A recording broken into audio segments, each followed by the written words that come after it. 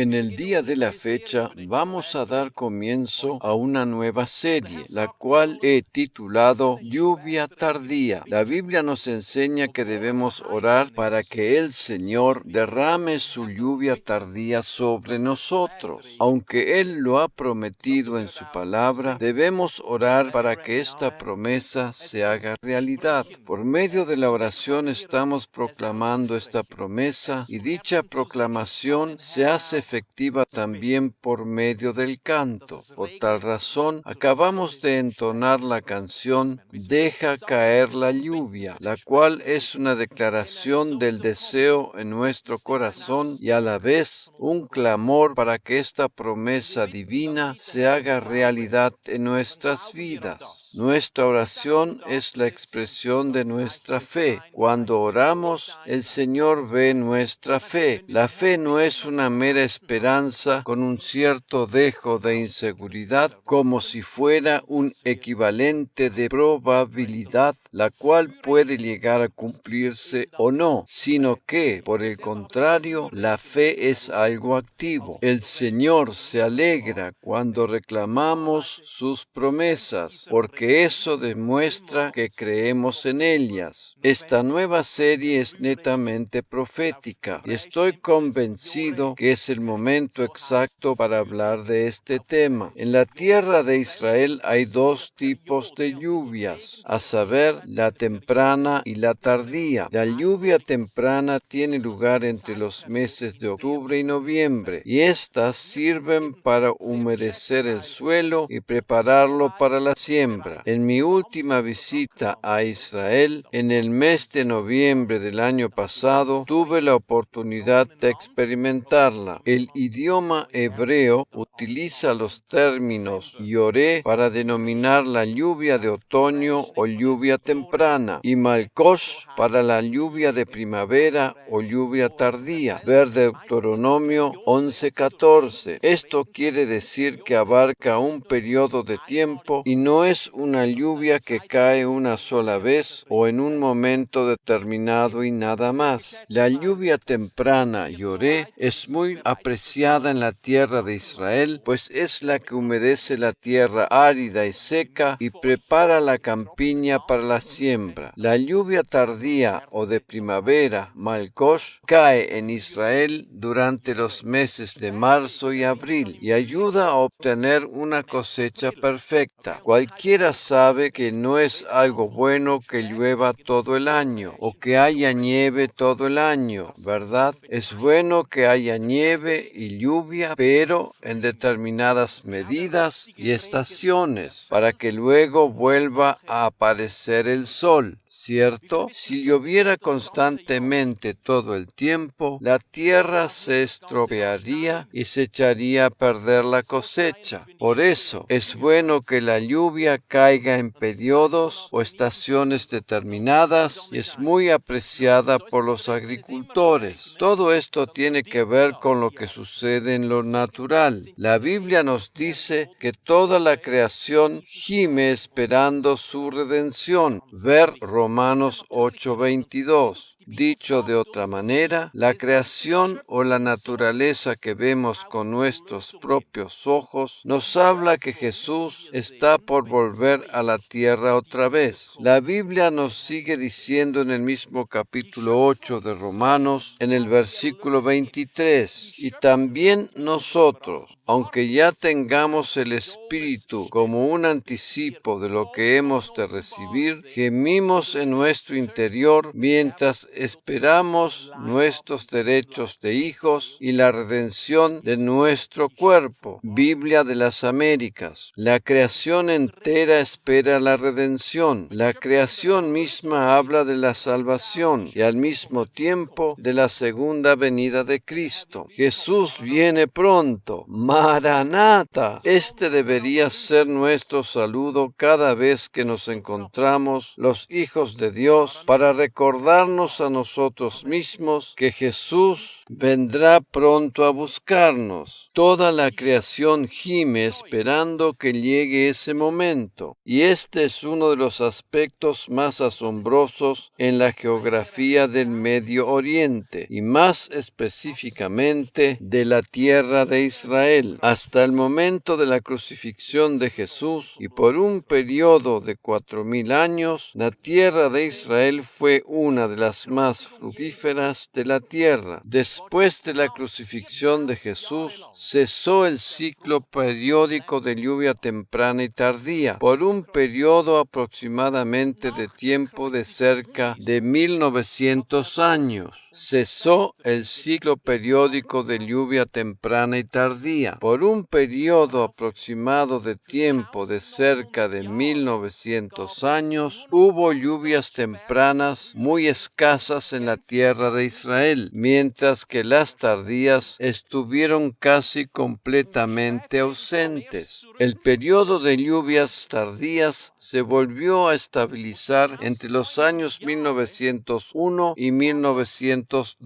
Después de haber faltado por casi 2000 años, la creación misma nos da testimonio del tiempo profético en el cual nos encontramos, pues la última señal antes de la venida de Cristo es la lluvia tardía. Como hemos visto en enseñanzas anteriores, sabemos que somos la generación de la 11ª hora y que vivimos proféticamente hablando en el tercer día. Para Dios, un día es como 1000 años y 1000 años como un día. Por lo tanto, 2000 años ya han pasado, y de acuerdo a la palabra de Dios, el arrebatamiento de la novia o futura esposa de Cristo va a llevarse a cabo pronto, pues, porque las bodas del Cordero tienen lugar en el tercer día. La Biblia también nos habla que Jesús, representado en el Señor de la viña, volverá cerca de la medianoche. Todas esas señales ya han sido cumplidas. Solo falta la lluvia tardía. Por tal razón, en esta serie vamos a considerar lo que esto significa para nosotros, tanto en lo natural como en lo espiritual, y lo relacionado con la segunda venida de Cristo. En cuanto a lo natural, vamos a considerar las bendiciones que tienen que ver con la iglesia mientras ésta se encuentra todavía sobre la tierra. El tema de la lluvia temprana y tardía es realmente apasionante. Como había dicho anteriormente, la misma geografía de la tierra de Israel nos muestra cómo este ciclo periódico de lluvias tempranas y tardías comenzó a estabilizarse al comienzo del último siglo, después de haber estado ausente por un periodo de tiempo de aproximadamente 2000 años. Todo esto tiene que ver con el cambio climático que tuvo lugar en esos últimos 2000 años. Este cambio climático en la tierra de Israel tuvo que ver, por una parte, con la poda devastadora de los bosques practicada por el Imperio Otomano, la cual no se volvió a reforestar, el talado de los árboles y la correspondiente comercialización de la madera constituía una entrada de divisas muy grande para este imperio. Durante esta dinastía, la tierra de Israel fue prácticamente devastada, y la falta de árboles ocasionó un cambio climático muy notorio, el cual se hizo visible en la falta de estos periodos de lluvias. En definitiva, la falta de lluvias estuvo ocasionada por la intervención equivocada de la misma mano del hombre en la naturaleza. Sin embargo, cuando se comenzaron a estabilizar estos periodos de lluvias y la tierra fue nuevamente reforestada, el desierto se convirtió en tierra fértil, cumpliéndose así muchas de las promesas de la palabra de Dios. El Antiguo Testamento está lleno de esas promesas. Muchas de ellas se encuentran en el libro libro de Isaías. Si miramos hacia atrás, especialmente en los últimos 120 años, vemos que esto se ha hecho realidad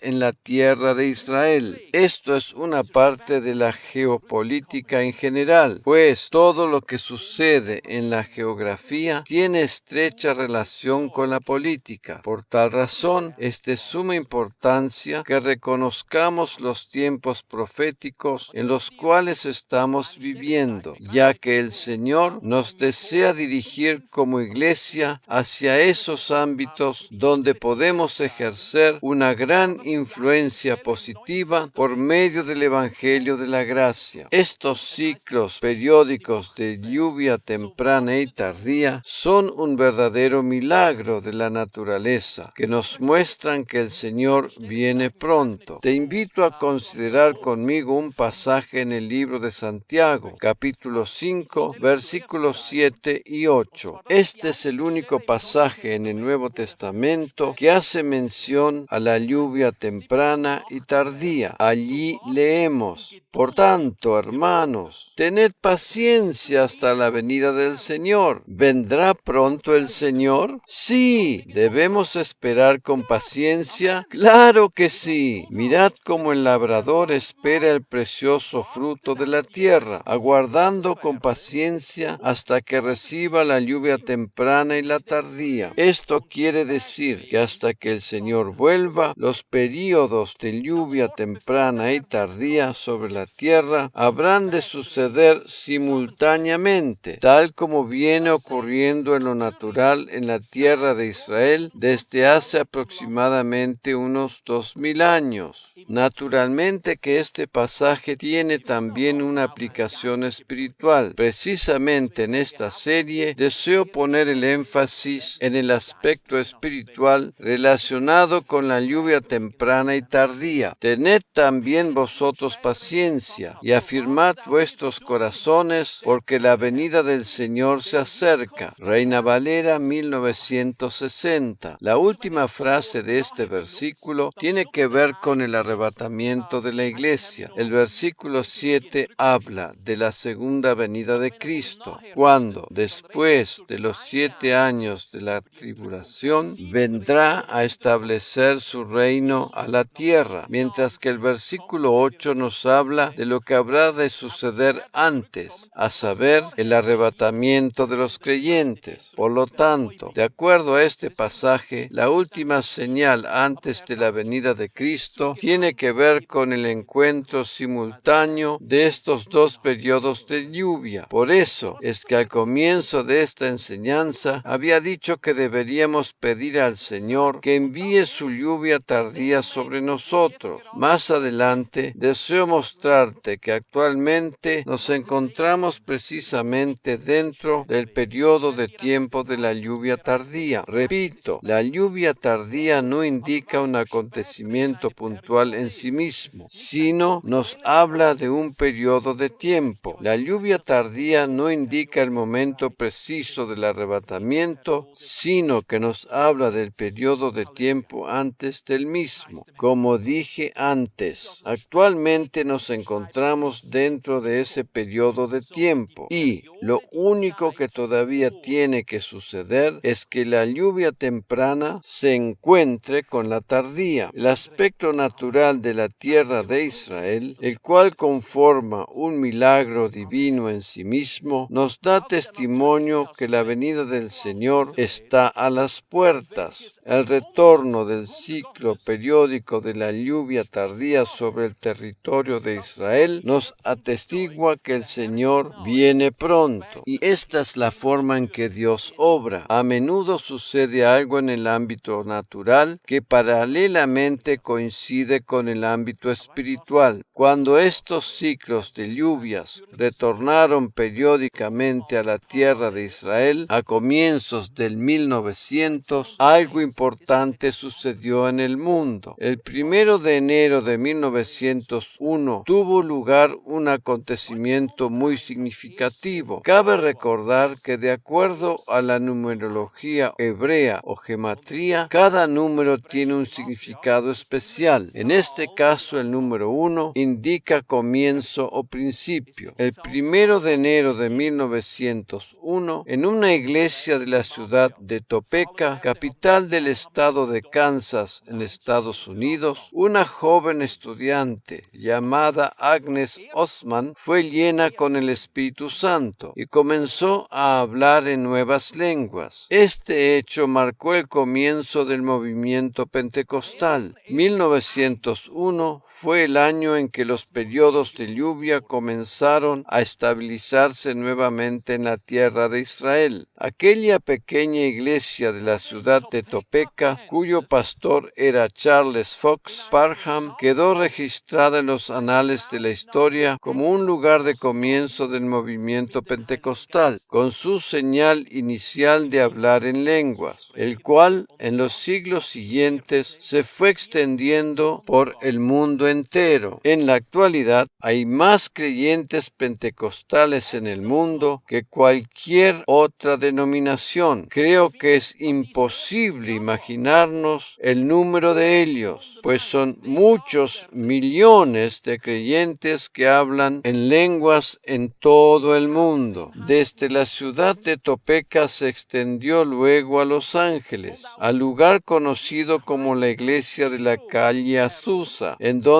se capacitaron los misioneros que salieron para todo el mundo. En la iglesia de la calle Azusa tuvo lugar un avivamiento que se extendió por algunos años. Hasta allí llegaban personas de todas partes del mundo y eran llenadas con el Espíritu Santo. En la actualidad, un viaje en avión hacia Los Ángeles dura unas pocas horas, pero en aquel entonces demandaba mucho tiempo, pues las distancias eran cubiertas solamente por medio de barcos u otros medios de transporte terrestres. Un viaje que hoy en día dura unas pocas horas, en aquel tiempo demandaba tal vez un mes. La gente llegaba hasta aquel lugar desde puntos lejanos de la tierra para experimentar aquel avivamiento, y desde allí se extendió hacia todo el mundo en forma masiva. En mi opinión personal, creo que ese fue el momento inicial del periodo de la lluvia tardía, espiritualmente hablando. Naturalmente que a través de toda la historia hubo personas que experimentaron el bautismo del Espíritu Santo, pero siempre se trataba de casos aislados, de determinadas personas que eran ungidas por Dios para una misión en especial. Hay libros que nos hablan de estos ilustres personajes o de ciertos pequeños grupos que en los siglos pasados marcaron un antes y un después en cuanto a la manifestación del poder divino. Sin embargo, el impacto global, el cual llegó a alcanzar a la Iglesia de Cristo en general, tuvo su puntapié inicial, por decirlo de alguna manera, al comienzo del 1901. Es interesante ver dónde nos encontramos ahora, casi 120 años más tarde de aquel acontecimiento. Debemos tener en cuenta que el don de lenguas conforma un aspecto fundamental, no solo en el movimiento pentecostal, sino también en lo que al mensaje del Evangelio de la Gracia respecta. Esta fecha, a principios del 1900, marcó el comienzo de una nueva época en la historia de la humanidad. Por una parte, tenemos los periodos de lluvias que volvieron a establecerse en Israel en cuanto a lo natural, y por otra parte, lo que sucedió en lo espiritual en relación al bautismo del Espíritu Santo y su expansión por el mundo entero. Por supuesto que este no fue el primer Pentecostés, pues este tuvo lugar hace más de 2000 años con el nacimiento de la iglesia primitiva, acerca de lo cual nos habla el libro de los Hechos en el capítulo 2. En este pasaje tan conocido, el apóstol Pedro, junto a otros 120, estaban en el aposento alto, esperando la llegada de la promesa del Espíritu Santo, tal como Jesús les había mandado que lo hicieran antes de su ascensión al cielo. Jesús les había dicho a sus discípulos que esperaran, y eso era lo que estaba estaban haciendo. Cuando Él nos indica que tenemos que esperar, no tenemos que hacer otra cosa más que esperar y no salir corriendo hacia donde nos parece. Por otra parte, cuando el Señor nos indica que tenemos que movernos para hacer algo, lo mejor que podemos hacer es obedecerle. Esto es algo simple, ¿verdad? Cuando el Señor nos indica que tenemos que esperar, no tenemos que ponernos a hablar con otras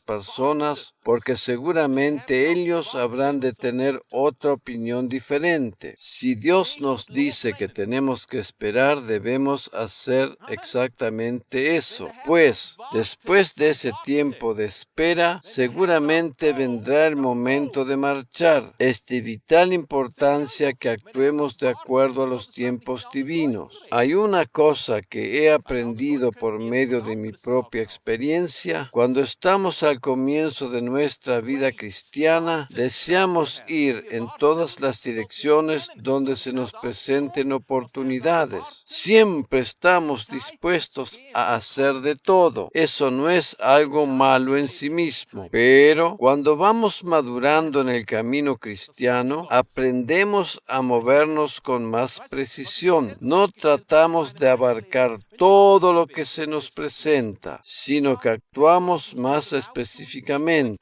y a la vez más provechosamente. Esto es así porque deseamos tener un ministerio efectivo pero extenso a la misma vez. Cuando una persona se desgasta en el ministerio cristiano a causa de una excesiva actividad y eso le conduce a problemas de salud que pueden llegar a derivar en una muerte prematura, no le trae provecho a nadie. Hay ciertos pastores que se la pasan viajando de congreso a congreso, de conferencia a conferencia, pero factiblemente Dios quisiera que estuvieran más en su propia casa, en su propia iglesia, para que ésta pueda florecer y crecer. Esa excesiva actividad no es el deseo ni el plan de Dios para nosotros en absoluto. Él desea que llevemos mucho fruto, pero que vivamos una larga vida. Ya lo vemos en los patriarcas del Antiguo Testamento, que partieron a la presencia del Señor recién después de haber vivido una vida larga y fructífera. En la Biblia leemos acerca de los patriarcas del Antiguo Testamento, quienes eran fructíferos aún en edades muy avanzadas. Y partieron a la presencia del Señor recién después de haber vivido una vida plena. Amigo mío, una de las promesas que pertenece a las bendiciones que corresponden al periodo espiritual de la lluvia tardía es precisamente una vida larga, plena y fructífera para ti y tu familia. Más adelante en esta serie voy a referirme más en detalle a esto. Como parte de todas esas bendiciones está el rejuvenecimiento. Por eso es importante que cuanto más avanzamos en la edad, tanto más precisos deberíamos ser en cuanto a lo que el Señor desea que hagamos. No me malinterpreten, por favor, pero cuando se es joven, se pueden hacer muchas cosas a la vez, pero a medida que pasan los años, nuestro trabajo o ministerio debe concentrarse en lo específico para lo cual el Señor nos ha llamado. Esa ha sido mi experiencia personal. Al comienzo mismo de mi ministerio, cuando todavía era muy joven, yo hacía todo lo que me venía a la mano para hacer. Cada vez que había una posibilidad de ayudar en algo, allí estaba yo, y eso estaba bien, y me posibilitó adquirir experiencia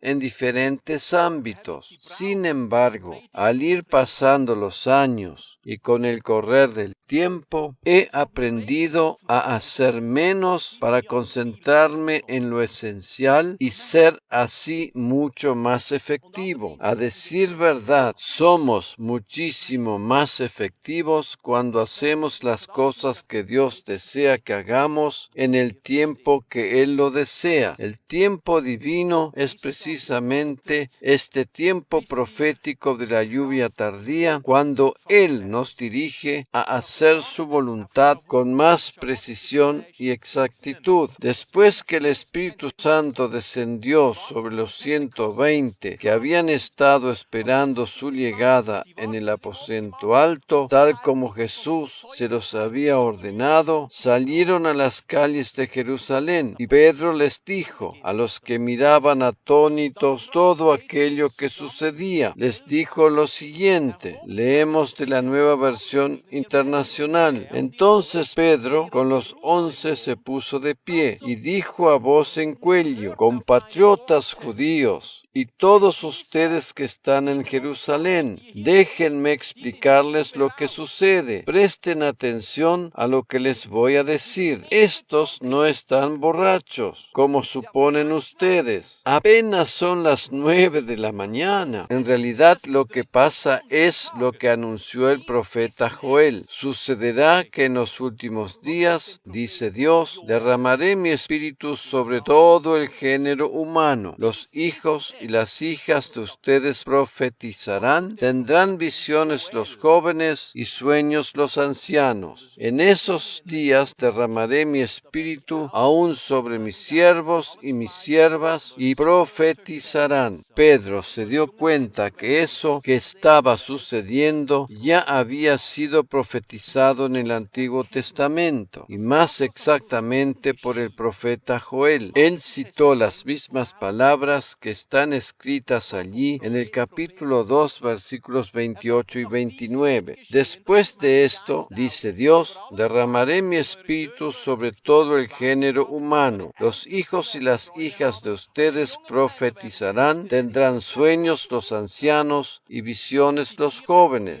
En esos días derramaré mi espíritu aún sobre los siervos y las siervas. Nueva Versión Internacional. El milagro de Pentecostés, que está relatado en Hechos 2 y que sucedió hace más de 2000 años, fue profetizado ya en el Antiguo Testamento.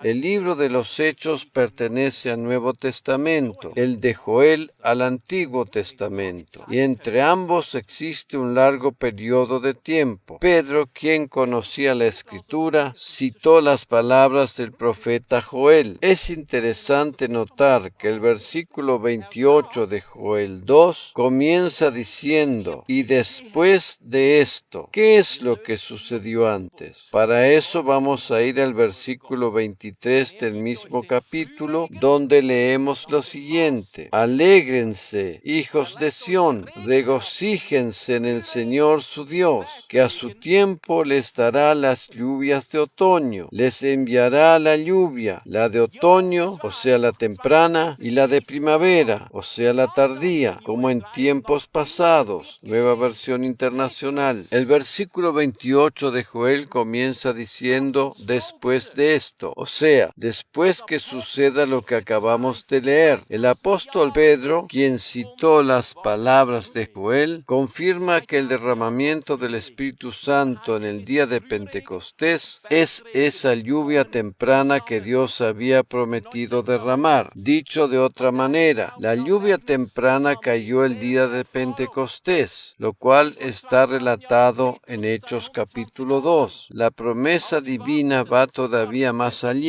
y habla de la lluvia tardía, la cual se encuentra con la temprana. Lo que sucedió aquel 1 de enero de 1901 en la ciudad de Topeka, en Estados Unidos, que más tarde se fue extendiendo por el mundo entero, marcó el comienzo de este derramamiento de la lluvia tardía. De acuerdo a la palabra de Dios, para que esta promesa del derramamiento de la lluvia temprana y la tardía se lleve a cabo, tiene que suceder un acontecimiento que identifique el comienzo de ambas, y esto tiene que ver con el derramamiento del Espíritu Santo, con su señal inicial de hablar en lenguas. ¿Te das cuenta que desde hace aproximadamente 120 años nos encontramos dentro del periodo de tiempo de la lluvia tardía? Como había dicho anteriormente, estas lluvias que caen sobre la tierra de Israel no descienden de golpe en un solo día, sino durante un determinado periodo de tiempo, como por ejemplo algunos meses. Proféticamente hablando, nos encontramos en este periodo de tiempo. El Señor viene pronto. ¡Aleluya! Permíteme mostrarte ahora algo que habrá de llenarte de asombro. A lo largo de esta serie vamos a considerar diferentes pasajes que tienen que ver con la lluvia tardía. El pasaje de Joel 2:23 es uno de los aproximadamente 10 que en el Antiguo Testamento hacen mención a la lluvia tardía. Vamos a considerar este pasaje nuevamente. Alégrense, hijos de Sión, regocíjense en el Señor su Dios. Así debe ser la iglesia de Cristo, un lugar lleno de gozo y regocijo. Cada reunión debería estar impregnada por olas de gozo provenientes del grupo de alabanza fluyendo hacia la congregación, pues el gozo del Señor es nuestra fortaleza. Es imposible que durante la semana, a causa de los desafíos de la vida diaria, no experimentemos demasiado gozo. Sin embargo, es de vital importancia que el domingo, en la reunión, podamos recargar nuevamente nuestras reservas de gozo. Es fácil descubrir cuáles son los cristianos amargados porque tienen cara de limón exprimido, pero también es fácil reconocer a aquellos creyentes que están llenos de gozo. Por esta razón, es que este pasaje nos insta a regocijarnos. Alégrense, hijos de Sión, regocíjense en el Señor su Dios, que a su tiempo les dará las lluvias de otoño, les enviará la lluvia, la de otoño, esto es la temprana, y la de primavera, esto es la tardía, como en tiempos pasados. Nueva versión internacional. En la versión Elberfelder en alemán, dice que enviará lluvia de acuerdo a la medida de la justicia. La traducción Oro de Torres Amat en español lo expresa de la siguiente manera: y vosotros, oh hijos de Sión, gozaos y alegraos en el Señor Dios vuestro, porque os ha dado que nazca de vosotros el Maestro de la justicia o santidad, y os enviará las lluvias de otoño y de primavera como antiguamente. Continuará en la segunda parte de esta enseñanza.